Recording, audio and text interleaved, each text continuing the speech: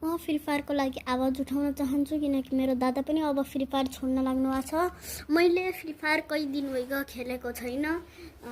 मेरो दादा खेल्नु भयो होला। पुरा गेम डिस्ट्रोय भइसकेर पुरा गेममा मजै नै आउँदैन अरे। अब क्विट गरिदिन्छ अरे मेरो दादा फ्री फायरलाई। एन्ड म यति नै बोल्न आएको, तर अब आवाज नै उठाउनु पर्ने छ हामीले फ्री फायरको लागि। गरिन please fix the free fire. हामीले आवाज यतिचोटि उठाउँछौँ तर त्यो आवाजले दबाइदिया जान्छ।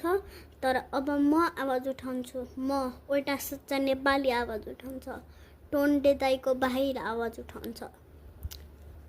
लिटल मेरो जो दाई थिए ती अहिले मेरो युट्युबको एउटा भिडियोमा कमेन्ट गरेर नै हाल्नुहुन्छ कि त्यो सुजवालो त्यो सम्झना गीत थियो त, त्यसमा कमेन्ट गरेर हाल्नुहुन्छ कि I could free fire game has full destroyed.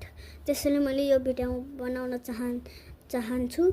And बस यति नै मेरो छ। एन्ड हजुरलाई राम्रो लागेपछि पनि सेयर लाइक सब्सक्राइब सब चीज गरिदिनु होला। ठोकिदिनु होला, चप्पलले हान्नु या जुत्ताले हान्नु या कुत्ता फ्याँकेर हान्नु।